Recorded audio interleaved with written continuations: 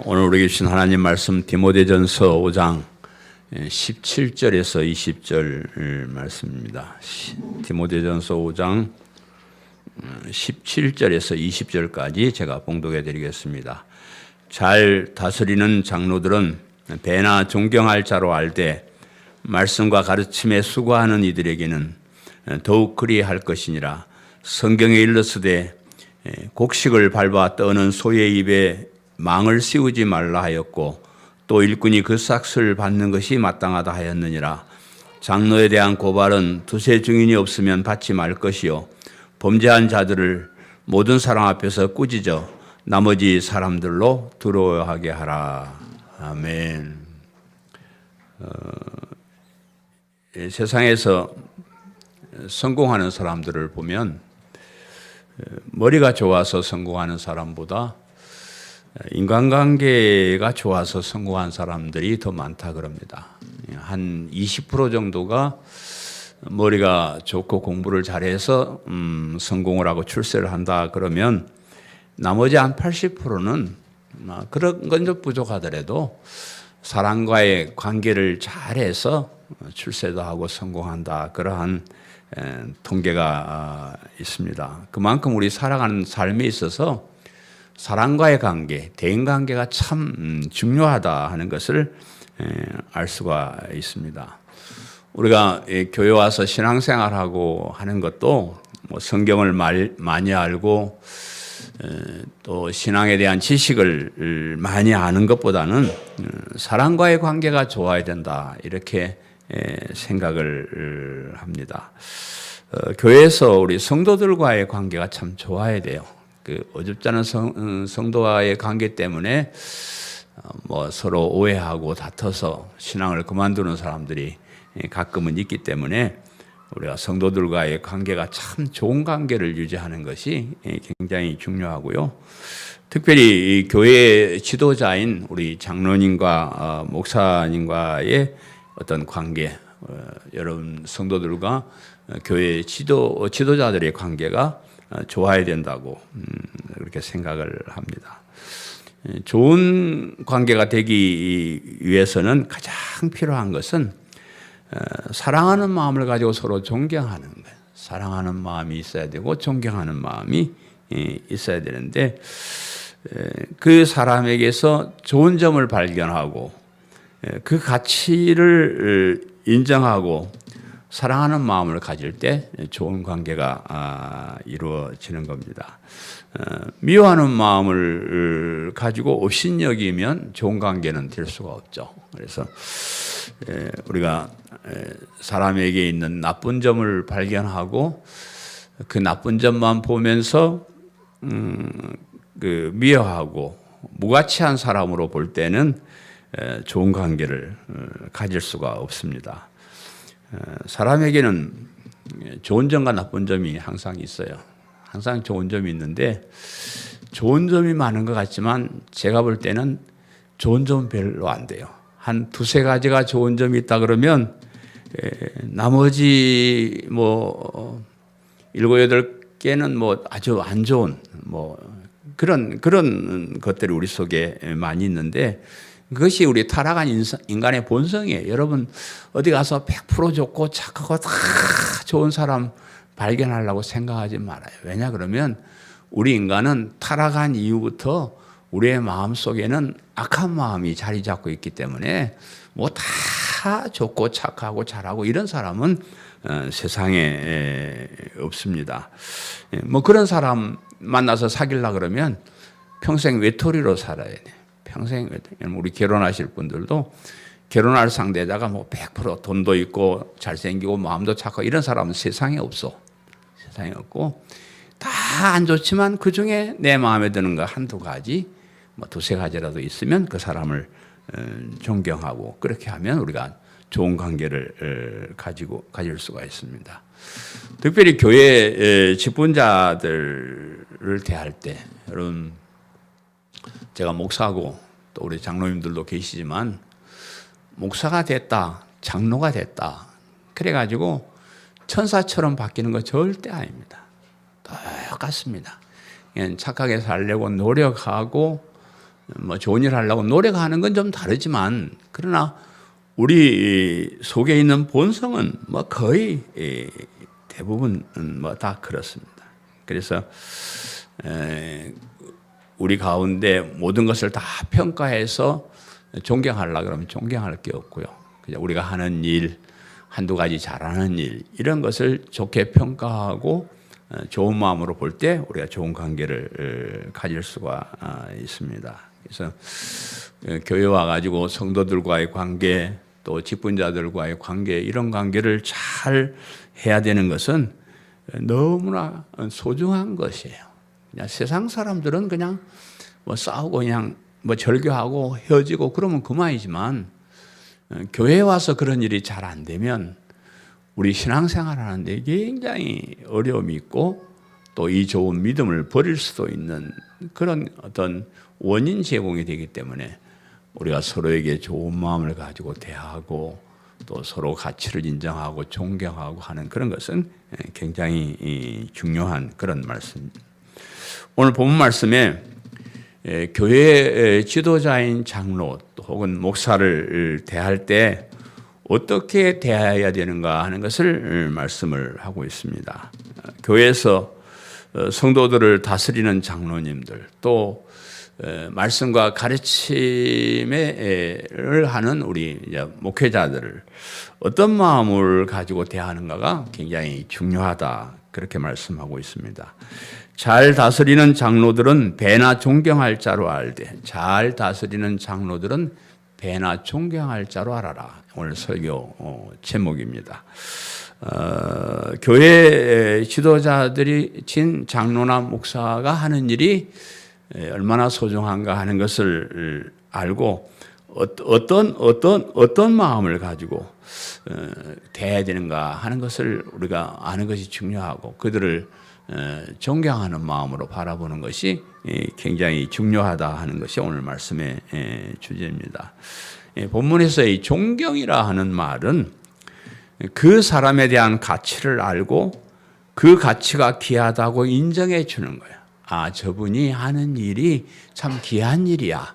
그 가치를 인정해 주는 것을 존경이라는 말로 이렇게 쓰고 있습니다. 그래서 우리 성도들 서로가 대할 때도 우리가 그냥 한 인간이지만 그러나 우리 속에 하나님의 형상이들, 우리는 하나님의 자녀라는 아주 특별한 신분을 가지고 있는 거예요. 그러니까 우리가 하나님의 자녀로서 우리 주 안에서 한 형제된 그런 마음으로 서로를 대할 때 서로 가치를 인정하고 존경할 수 있는 그런 사이. 뭐 그냥 하나 인간이면 아이고 저거 뭐 별 볼 일 없는 사람들이죠. 우리가 무슨 가치가 있습니까? 그러나 우리 한 사람 한 사람이 하나님의 자녀라는 그런 특별한 가치를 지닌 사람이다. 그러면 우리가 서로에게 상처 주거나 미워하거나 무가치하게 대할 수가 없다 하는 거죠.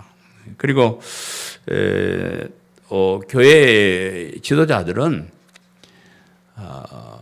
여러분을 영원한 천국으로 인도하는 사람들이 그 일을 하기 위해서 교회를 다스려 나가고 그 일을 하기 위해서 말씀을 증거하고 성경을 가르치고 여러분의 삶을 가르치고 인도하는 굉장히 중요한 일을 감당하는 그런 사람들입니다. 그래서 그러한 우리가 하는 일에 대한 우리의 신분에 대한 그런 가치를 인정해 줄 때 서로 존경하는 그런 마음을 가질 수가 있어요. 오해하지 않게 제가 여러분에게 미리 말씀드리는데 개인적으로 제가 여러분에게 존경받을 만한 사람 아닙니다. 정말 지저분한 사람이에요. 별 볼 일 없는 사람. 그렇지만 제가 하는 일이 하나님의 말씀을 대언하고 여러분을 영원한 천국으로 인도하는 아주 소중한 일을 하는 그런 사람이라는 것을 여러분이 인정할 때 그 일에 대해서 여러분이 존경하는 마음을 가질 수가 있을 것이다. 그렇게 생각합니다. 첫 번째 우리가 생각할 말씀과 가르침에 수고하는 이들에게는 더욱 그리할 것이니라 하는 대목이죠. 본문 17절에 잘 다스리는 장로들은 배나 존경할 자로 알되 말씀과 가르침에 수고하는 이들에게는 더욱 그리할 것이니라. 교회 안에는 다스리는 장로가 있고 또 말씀과 가르침에 수고하는 사람, 즉 이제 목사가 있습니다. 성도들이 교회 안에 있는 이 장로와 목사들을 어떻게 대하는가가 참 중요합니다. 그래서 그들이 어떤 사람인가를 알고 어떤 일을 하는가를 알고 그 가치를 알고 존경하는 마음을 가지면 여러분이 교회 일도 더 관심을 가지고 더 충성하고 또 여러분이 신앙생활도 더욱더 잘 할 수가 있습니다. 이제 반대로 우리 장로님들이나 이제 목사들은 성도들에게 존경받는 사람이 되기 위해서 노력을 해야 됩니다. 아무것도 안 하고 뭐 딴짓하면서 야 너희들 나를 존경하라 이렇게 하지는 않습니다.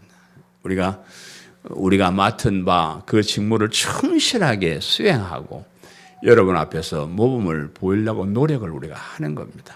그렇게 노력할 때 여러분이 또 존경할 수가 있고 또 서로에게 도움이 됩니다. 목사가 장로가 자기 일에 최선을 다해서 존경받는 사람이 되고 성도들은 그들을 존경하고 그렇게 할 때에 여러분의 신앙에 굉장히 도움이 된다 하는 것을 잊지 마시기를 바랍니다.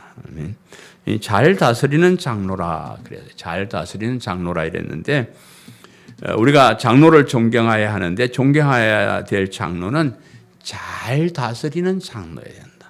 잘 다스리는 장로를 존경하라 그렇게 얘기했는데 장로라는 말은 원래 이제 교회 안에 사용을 했습니다. 나이 든 사람만 장로가 아니고 감독하고 다스리고 또 가르치고 이런 사람들을 얘기했습니다. 오늘날은 이제 다스리는 장로와 가르치는 장로가 이렇게 구별이 되어 있습니다. 다스리는 장로는 우리 교회 안에 있는 장로를 그렇게 말하는 것이고 가르치는 장로는 목사를 말합니다. 물론 이제 목사도 다스리는 일은 같이 하는 거예요. 저는 사실 목사 되는 것보단 장로가 되기를 원했습니다. 왜냐 그러면 목사는 가난하고 장로는 돈 많은 장로가 될 수 있어요. 그래서 나는 목사님 안 하고 돈 많은 장로가 돼야 되겠다 이랬는데 저를 어떻게 꾸역꾸역 신학교까지 가게 해서 신학교 가서 보니까 목사도 장로더라고요. 하나님이 나는 다스리는 장로만 되려고 마음 먹었는데 다스리고 가르치는 장로까지 해주셨구나. 꽃배기로 주셨구나. 이제 그렇게 생각을 하게 됐습니다. 그래서 오늘날의 장로는 교회의 대표로서 교회에 일어난 중요한 일들을 결정하고 집행해 나가는 일들에 교회에 뭐 직원을 임명하고 뭐 또 이런 예배를 순서를 이런 것들은 사실 다 장로님들이 이렇게 정하는 겁니다. 장로님들이 정해서 그 결정대로 이렇게 가는 거예요. 그래서 제가 우리 교회는 당회를 자주 안 하지긴 하지만 제가 장로님들께는 꼭 보고를 합니다. 장로님 예배가 이번 주에는 그 대면 예배는 못 드리게 됐습니다. 그렇게 제가 보고를 하고 일단 이렇게 이제 집행을 합니다. 우리가 속해 있는 이 고신교단을 무슨 교회라 그러죠? 장로교회라 그러죠. 이 장로교회란 말은 교회가 장로 정치를 하는 교회다. 그러니까 교회가 어떻게 정치를 하는가에 따라서 그 형태가 바뀌어요. 감리교회는 감독들을 중심으로 정치하는 것을 그 감리교회라 그럽니다. 침례교회나 이런 데들은 이런 장로교의 대의 정치가 아니고 직접적인 정치를 하는 그런 곳이에요. 그래서 우리 장로교회는 장로교회라면 우리가 장로를 뽑아서 장로들이 중요한 문제를 결정하게 하고 그 결정에 따르는 그런 정치를 하는 곳을 장로교회라 이렇게 말해요.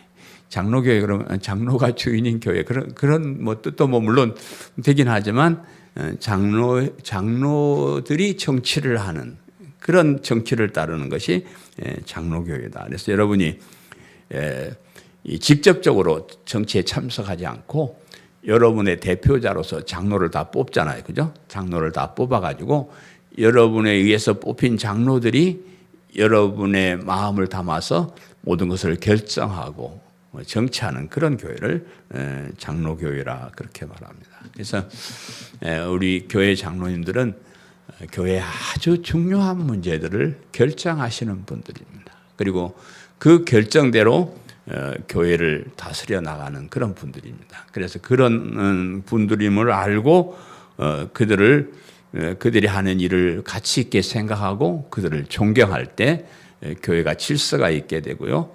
일사불란하게 움직이고 잘 해나갈 수 있는 그런 교회가 됩니다. 만약에 여러분들이 장로들이 결정했는데 뭐 그런 게 있냐 그러고 결정했는데도 불구하고 안 따르고 이러면 교회가 여러 가지 불란스럽고 그렇습니다. 그래서 이제 우리는 뭐 작은 교회니까 그런 분란은 없지만은 교회가 이제 커지고 사람들이 많아질 때는 여러 가지 생각들을 많이 할 때 교회에서 뭘 결정해 놓으면 목사나 장로들이 먼저 그렇게 다 해요. 우리는 다 같이 하면서 여러분들도 같이 할 수 있도록 그렇게 일하는 앞장서서 자신도 모범을 보이면서 사람들도 따라오게 하는 그런 직책을 다스린다 하는 말로 쓰는 것이고요. 장로라는 말도 나이 든 사람이라 하는 뜻이지만 먼저 된 사람, 먼저 앞장서서 먼저 인생을 살아보고 먼저 신앙생활 오랫동안 해보고 그런 사람들이 앞장서서 모범을 나는 이렇게 힘든 가운데서도 이렇게 신앙만큼은 내가 열심히 했다. 내 신앙생활 본이 되게 했다. 이런 사람들을 장로라 그렇게 이야기합니다. 잘 다스리는 장로다. 앞장서서 모범을 보이고 삶이나 신앙생활에 본이 되는 그런 사람들을 잘 다스리는 장로다. 본문이 그렇게 말씀하고 있습니다. 말씀과 가르침에 수고하는 이들 그랬는데 잘 다스리는 장로들은 얼마나 존경하라고요? 배나 존경하고 말씀과 가르침에 수고하는 사람에게는 어떻게 해요? 더 존경하는 장로님들을 배나 존경하면 목사는 4배쯤 그럴까요? 4배쯤 존경해야 되는 그런 사람이다. 목사는 그 말씀과 가르침에 수고하는 그런 사람, 말씀 즉 설교하는 사람, 또 성경을 가르치는 그런 사람을 목사라 그럽니다. 그래서 다스리는 장로보다 더 존경해야 되는 이유는 설교 말씀과 성경을 가르치는 이 일은 굉장히 중요하다. 착하게 살아라 이렇게 말하면 장로님들이 착하게 사는가 안 사는가 살펴봐야 돼요. 그래서 나한테 일러줘야 돼요. 아무개 집사가 안 착하게 삽디다 일러줘야 돼요. 가서 또 신방에서 착하게 살게 하고 또 어떤 정책을 짤 때 목사가 어떤 설교를 하느냐에 따라서 그렇게 정책을 짜기도 하고 또 사람을 세우기도 하고 그렇게 하기 때문에 목사는 더 배나 존경할 자로 여겨야 된다. 그 말 해야 됩니다. 말씀과 가르침에 수고하는 사람을 더 존경할 자로 알아야 한다. 이런 이유입니다. 우리 앞서 말씀드렸지만 제가 존경받을 만한 그런 인간적으로 보면 그런 사람 아니에요. 별 볼 일 없는 그런 사람입니다. 우리 인간관계로만 생각하면 이 세상엔 존경할 만한 사람 한 사람도 없습니다. 다 단점이 있기 때문에 그 단점 자꾸 바라보면 존경할 수가 없습니다. 그러나 이제 목사가 하는 그 말씀 사역 때문에 존경해야 돼. 다른 건 몰라도 우리 목사님 설교는 제대로 해, 잘해. 이런 신뢰 관계를 회복할 때 저희 설교가 여러분의 가슴에 와닿고 여러분의 신앙을 성장하게 하는 좋은 설교가 될 줄로 믿습니다. 아멘. 두 번째, 그래도 이제 아멘이 없어. 이럴 때는 아멘 좀 하고 그래야. 그래야 내가 또 더 힘이 나는데, 별로 안 그런 척하고 가만히 있으면 그게 좀 거시기하요. 두 번째는 곡식을 밟아 떠는 소의 입에 망을 씌우지 말라. 18절에 성경에 이르시되 곡식을 밟아 떠는 소의 입에 망을 씌우지 말라 하였고 또 일꾼이 그 삭을 받는 그것은 마땅하다 했느니라. 그래서 교회에서 전담으로 말씀과 가르침에 수고하는 목회자들을 어떻게 대우해야 될 것인가 하는 것을 말씀하고 있습니다. 우리가 앞에서 살펴본 대로 배나 존경할 자로 알아 이 말은 누구의 배냐 그러면 우리 앞에서 60이 넘은 참 과부들을 그들을 교회에 등록하게 하고 또 우리 남자 목회자가 할 수 없는 가난한 과부들이나 고아들을 돌보는 이런 일들을 전담시켰을 때 그들에게 생활할 것을 교회에서 전담해 줘야 된다. 이렇게 이제 이 얘기를 했는데 그러면 똑같이 교회 일을 전담하는 목사는 말씀과 가르침에 수고하는 그 사역을 하는 목사는 그들보다 배나 존경할 자로 여겨야 된다. 그런 말이에요. 그 사람들보다 배나 또 특별히 말씀을 전하는 사람은 배나보다 더 그렇게 존경할 자로 여기라. 그 말입니다. 목회자들이 생활비 때문에 먹고 사는 일 때문에 걱정을 하면 사역을 감당하기가 참 어렵습니다. 참 어렵습니다. 돈 때문에 걱정하면 시험을 받게 되고 유혹에 넘어가서 바른 목회를 잘 할 수가 없기 때문에 그런 거 신경 쓰지 말고 그냥 목회만 설교 준비만 열심히 하고 목회만 열심히 하십시오라고 할 수 있도록 그들에게 생활비를 전담해 주라 하는 말입니다.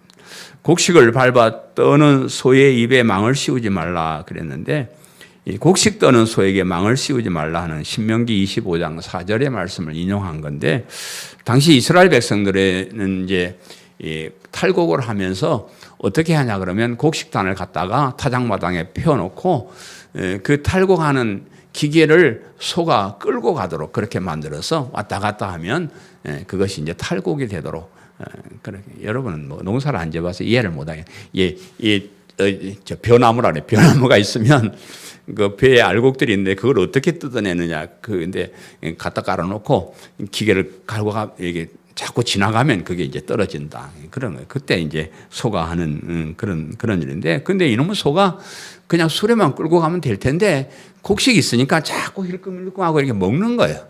그러니까 에이 자식이 이 끌고 가라 그랬지 내가 먹으라 그래서 여기다가 이게 망을 이렇게 씌워가지고 우리 어렸을 때 소 끌고 어디 가면 이놈의 소가 자꾸 지나가면서 나머지 곡식을 막 먹는 거예요. 그래서 못 먹게 그냥 입에다가 망을 탁 씌워가지고 그렇게 데리고 가는 겁니다. 요즘 뭐 사나운 개들 보면 입에다 이 망 씌워가지고 그리 가더라고요. 그런 것과 비슷한 건데 그래서 이제 신명기는 이스라엘 백성들이 가나안 땅에 들어가면 어떻게 살 것인가 하는 것을 가리키는 그런 말씀인데 너희들이 가나안 땅에 가서 농사를 짓고 그렇게 하거든 그 탈곡을 할 때에 소가 그거 좀 먹으면 얼마나 먹는다고요. 그 소를 학대하지 말라 그래. 소도 먹어야 살고 또 먹어야 힘을 얻어야 또 일도 하는데 그거 좀 곡식 먹는다고 입에 망 씌우고 그러지 마라. 그렇게 신명기에서 가르쳤는데 그것을 그렇게 인용해서 목회자들에게 인용을 한 겁니다. 일꾼이 그 싹을 받는 것이 마땅하다. 이건 이제 이 말은 예수님께서 하신 말씀을 인용한 거예요. 그 집에 유하며 주는 것을 먹고 마시라. 일꾼이 그 싹을 받는 것이 마땅하니라. 이 집에서 저 집으로 옮기지 말라. 누가복음 10장 7절에 예수님께서 하신 말씀입니다. 어떤 경우냐 그러면 예수님께서 70인 전도단을 만드시고 두 명씩 각 거울로 전도하러 이렇게 보냈는데 각 동네에 전도하러 가면서 전대 돈주머니를 차고 가거나 뭐 입을 옷을 담은 배낭을 메고 가거나 뭐 신발을 옛날에는 뭐 집신 같은 그런 거, 뭐 게다 같은 그런 거였는데 뭐 그런 것을 많이 가지고 가지 말라 그렇게 얘기하시는 거예요. 복음을 전하면서 그 귀한 일을 하면서 복음을 받고 구원받는 백성들에게 잠잘 곳과 먹을 것과 이런 것을 얻어 먹는 것은 당연한 일이니까 그런 거 미안해하지 말고 그런 거 받아 먹고 그건 뭐 자꾸 짊어지고 돈 가지고 그렇게 가지 말고 그냥 맨몸으로 가서 주는 대로 먹고 전도하라 하는 그런 뜻입니다. 목회자들의 가장 큰 고민이 이런 문제예요. 목사가 일을 하고 월급을 받는 사람인가? 거룩한 하나님 일에 헌신하는 사람인가 하는 그런 차이에서 고민이 많습니다. 하나님 나라를 위해서 좋은 일을 하려고 복음 전하려고 목사가 됐는데 먹고 사는 것 때문에 월급 많이 내놔라 뭐 어쩌라 그래서 하면 참 시제 말로 쪽팔려요. 그냥 그런 게 참 고민. 저도 그래요. 우리 작은 교회들은 여러분 헌금한 거 목사가 먹고 살아야 된다 그 돈 다 가져가 버리면 참 웃잖아. 내 교회에서 사례 안 받고 내가 먹고 살 게 있었으면 참 좋을 것 같아요. 그래서 난 후배 목사님들, 야, 너 아버지 어머니 잘 살아가지고 교회에서 월급 안 줘도 먹고 살만한 목회를. 교회에서 자꾸 생활비 때문에 뭐 신경 써서 그러면 참 그게 덕이 안 되고 참 그렇다. 일부 큰 교회가 목회자들에게 사례를 많이 주고 또 사례 외에 여러 가지 명목으로 돈을 많이 써서 무리를 일으키고 은퇴하면서 여러 가지 명목으로 돈을 많이 가져가고 그래서 뭐 그런 목회자들이 간혹 있어가지고 모든 목사들이 다 그런 줄 알고 사람들이 오해를 하는데 근데 우리나라 교회의 80% 정도는 그냥 겨우 사는 미자리 교회들이에요. 목회자들 사례도 최저임금도 제대로 못 받는 그런 교회, 그런 교회들이 대부분이에요. 목회자 생활비가 문제가 아니고 교회를 운영하는 운영비가 걱정이 될 정도로 그런 교회들이 참 많이 있습니다. 그래서 돈 얘기하면 우리 성도들이 기분이 조금 거시기 해지고 그러는데 제가 여러분에게 자신 있게 말씀드리는데요.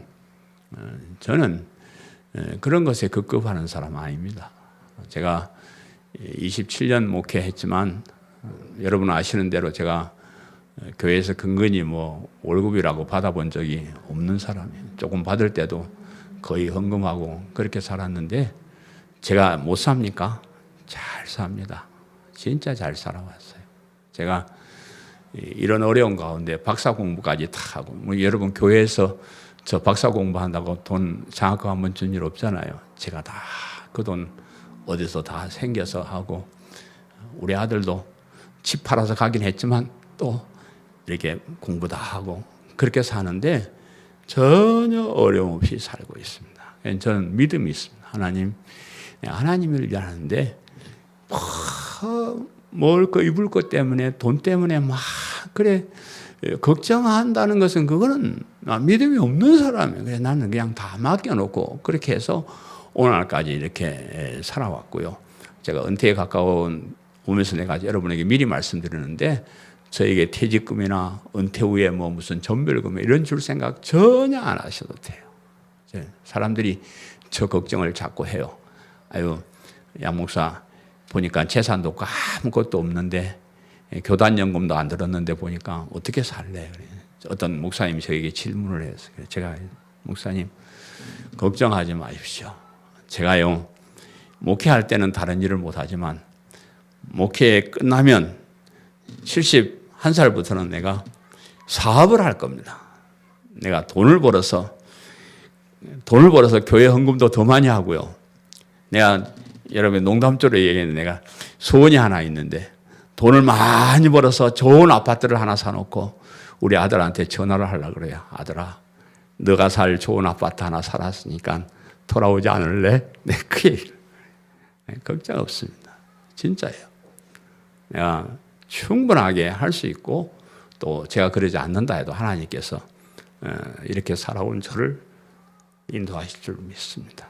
여러분, 제가 여러분에게 뭐 사례 더 많이 달라 이런 말을 하기 위해서 이런 설교하는 거 아니라는 것을 여러분에게 먼저 이 얘기를 하는 겁니다. 그래서 말씀과 가르침에 수고하는 그런 사람들에게 우리가 존경한다는 표시는 교회 운영하고 먹고 사는데 지장이 되지 않도록 그들을 대우해 주는 것이 그것이 굉장히 중요한 거예요. 우리 교회가 고민이 그겁니다. 앞으로 후임자가 오면 저처럼 사례 안 받고도 살 수 있는 사람이 있으면 좋은데 그렇지 못할 경우에 우리 교회가 어떻게 해야 될 것인가. 그게 참 고민입니다. 좀 더 전도하고 좀 더 부응해서 우리 자기 교육자에게는 충분하게 생활비를 줘야 되겠다 이렇게 생각을 하고요.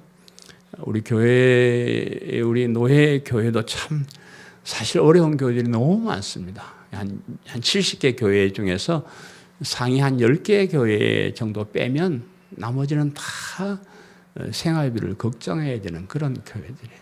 제가 이게 이번에 노회장이 이제 돼서 1년 거의 지나갔는데, 그 노회장이 되면 노회장 품위 유지비로, 판공비로 1년에 150만 원을 줘요. 그래서 제가 그 150만 원을 어떻게 쓸까 그래 걱정을 하다가 고민을 하다가 한 30만 원 정도는 전에 이제 작은 교회들 방역이 어렵다 해서 소독약하고 소독기 사주고 한 120만 원 남은 돈을 어제 그제 금요일 날 아주 어려운 교회들은 노예에서 교회에서 많이 후원을 해주는데 이 교회도 차상위가 있어요. 그냥 교인들은 한 30명 되고 또 뭐 1년에 한 2-3천만 원 헌금 나오는 그런 교회들이 아무 도움도 못 받고 그런 교회들이 있어서 그런 교회 중에 6개 교회를 이렇게 뽑아서 제가 20만 원씩 드리려고 했는데 우리 노예 임원 회계 장로님이 목사님 저도 거기 동참을 하겠습니다. 제가 그 노예 장로님도 판공비를 좀 주거든요. 그 100만 원 주는데 그 중에 60만 원을 제가 목사님께 보태겠습니다. 그래서 이제 20만 원 주긴 좀 그랬는데 30만 원씩 그렇게 나눠줬습니다. 마음이 좀 뭐 많은 교회들 많이 나눠주면 참 좋겠지만 참 그렇게 나눠주면서 기도를 하는데 내 그런 기도, 하나님 목회가 이렇게 어려운 줄 몰랐습니다. 정말 몰랐습니다. 목회하면 잘 될 줄 알았어요. 난 여기 개척해놓고 수천 명이 모이는 교회에서 설교하는 그런 환상을 보고 목회를 시작하고 누구보다 잘할 줄 알았는데 참 어렵습니다. 주변의 목사님들도 마찬가지. 그렇게 열심히들 하고 그렇게 하는데도 참 살기조차 어려운 그런 목사님들이 많이 있는데 우리 성도들은 언제나 항상 그런 교회를 위해서 헌신하고 수고하는 목회자들이 전심전력을 다해서 목회할 수 있도록 그들의 생활비를 대주기 위해서 노력하는 그것이 존경하는 일이다. 그렇게 믿습니다. 오늘 모처럼 여러분 만나니까 설교가 자꾸 길어져. 원고 없는 말을 애드립을 자꾸 해가지고 마지막 대지는 항상 짧아요. 세 번째, 장로에 대한 고발은 두세 증인이 없으면 받지 말 것이요. 장로에 대한 고발은 두세 증인이 없으면 받지 말 것이요. 본문 19절 20절에 장로에 대한 고발은 두세 증인이 없으면 받지 말 것이요. 범죄한 자들을 모든 사람 앞에서 꾸짖어 나머지 사람들로 두려워하게 하라. 장로나 목사가 잘못했을 때 어떻게 하는가를 말씀하고 있습니다. 장로나 목사도 완벽한 인간이지 않기 때문에 뭐 실수를 해요. 뭐 잘 몰라서 어쩔 수 없이 죄를 짓기도 하고 어떤 때는 알면서도 참 인간인지라 죄를 짓는 그런 경우도 있는데 이럴 때 어떻게 하면 좋은가 하는 것을 본문이 말씀하고 있는데 장로에 대한 고발은 두세 증인이 없으면 받지 말 것이요. 여기 장로는 목사나 교회 지도자들을 다 포함해서 말하는데 교회 지도자들을 고발하는 일은 먼저 신중을 기해야 된다. 이렇게 이제 얘기를 해요. 앞에서 일하는 사람들은 오해를 많이 받아요. 여러분 뒤에 있는 사람들은 내 하는 일만 하면 그만이잖아요. 그런데 앞에서 여러 사람들을 대하고 이럴 때는 이 사람을 잘해주면 저 사람이 삐지고 뭐 그런 일들이 많아서 이렇게 오해를 하고 막 공격을 받고 그래요. 그렇기 때문에 앞에 서 있는 장로나 목사를 고발할 때는 신중을 다해서, 그리고 고발을 받을 때는 두세 증인이 없으면 혼자 와서 고발하는 건 받지 말고 두 사람이나 세 사람이나 그런 증인이 있을 때 고발을 받아라, 이렇게 이제 얘기를 하는데, 증인이 많다고 해가지고 꼭 나쁜 짓 하는 것도 아니더라고요. 제가 노예에서 정권인을 해보니까 우리 사람들이요, 좋은 일에만 하나 되로 뭉치는 게 아니고 나쁜 일에도 하나가 돼서 뭉쳐요. 그러니까 나쁜 일에 하나가 돼서 뭉쳐서 여러 사람들이 와서 고발하는 일, 그건 사람들이 많네 해가지고 그 고발을 받아서 정죄하면 안 된다. 신중을 기하라, 그런 말씀이고요. 범죄한 자들을 모든 사람 앞에서 꾸짖어 나머지 사람들을 두려워하게 하라. 심사숙고해서 그런 고발을 받되 정말로 잘 살펴보니까 그 사람이 잘못한 것이 있다 그러면 반드시 모든 사람 앞에서 꾸짖어야 된다, 이렇게 얘기를 합니다. 잘못한 일이 있는데도 불구하고 그냥 놔두면 다른 사람들이 다 분을 받아서 잘못된 길로 가는 거예요. 그 사람을 눈 감아주면 모든 사람들이 그래도 되네, 장로가 목사가 뭐 저렇게 나쁜 짓 해도 되는데 우리도 다 같이 그렇게 따라하자, 이렇게 가게 된단 말이에요. 그런데 확실하게 잘못한 거 있으면 분명하게 모든 사람 앞에서 그 사람을 꾸짖어서 회개하도록 그렇게 하라, 그런 말씀. 교회 지도자들이 참, 여러분 신문지상에 나는 거 보면 뭐 목사가 여자 문제로 뭐 돈 문제로 고발당하고 하는 거 보면 참 가슴이 아픕니다. 그런데 그런 일이 있는데 뭐 또 그런 일이 있어도 그냥 뭐 대강 넘어가지, 이렇게 넘어가는 사람도 있는데 그렇게 해서는 안 된다는 거예요. 왜냐 그러면 무슨 목사가 여자 관계나 돈 관계에 그렇게 부정을 하는 사람이 목회는 똑바로 하겠냐 그 말이에요. 네? 그런 거 하나 잘못되면 다른 것도 잘못되는 거예요. 그래서 분명히 그런 잘못을 꾸짖어서 회개하고 바르게 하도록 그렇게 하는 것이 교회 공동체가 해야 될.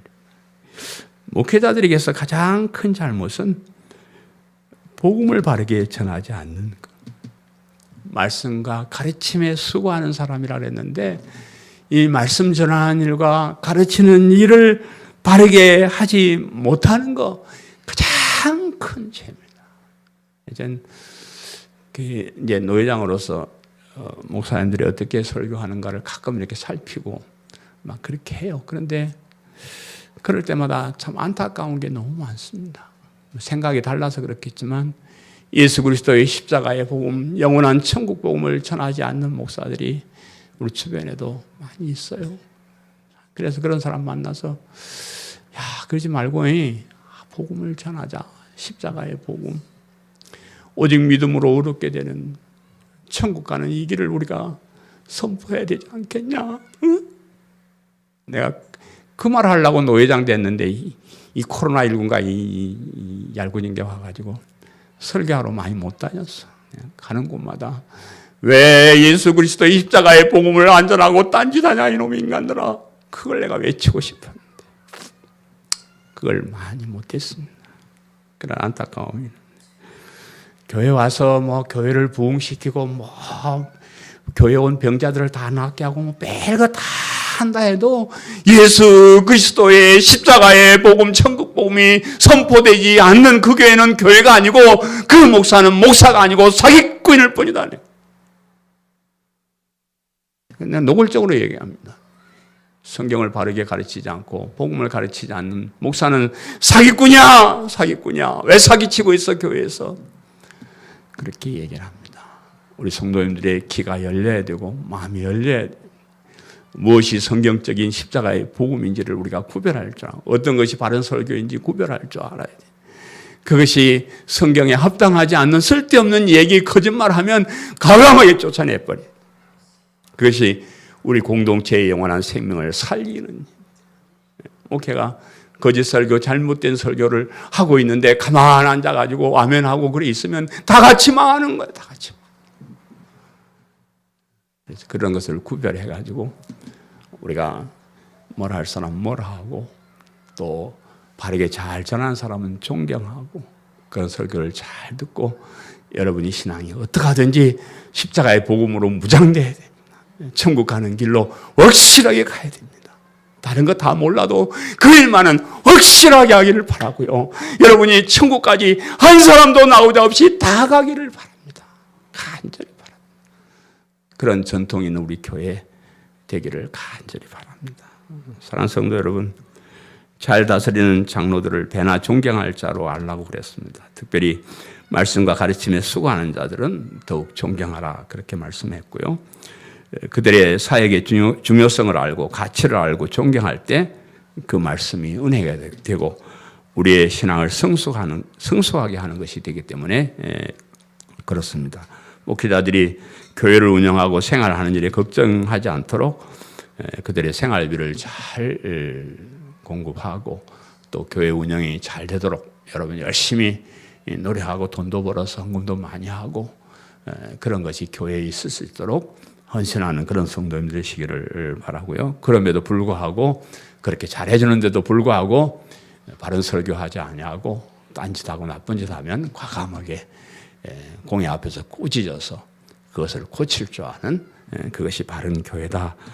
그러면 십자가의 복음을 전하지 않는데도 불구하고 그대로 둔다 그러면 우리 다 같이 망하는 것이다 하는 그 사실을 가슴에 깊이 간직하고 십자가의 복음을 바로 전하고 그 복음을 바르게 믿고 정말로 하나님의 자녀가 되어서 이 땅에서도 보람된 일을 많이 하고 천국까지 이르러서 거기서 다 만나는 저와 여러분 되시기를 간절히 축원합니다. 아멘.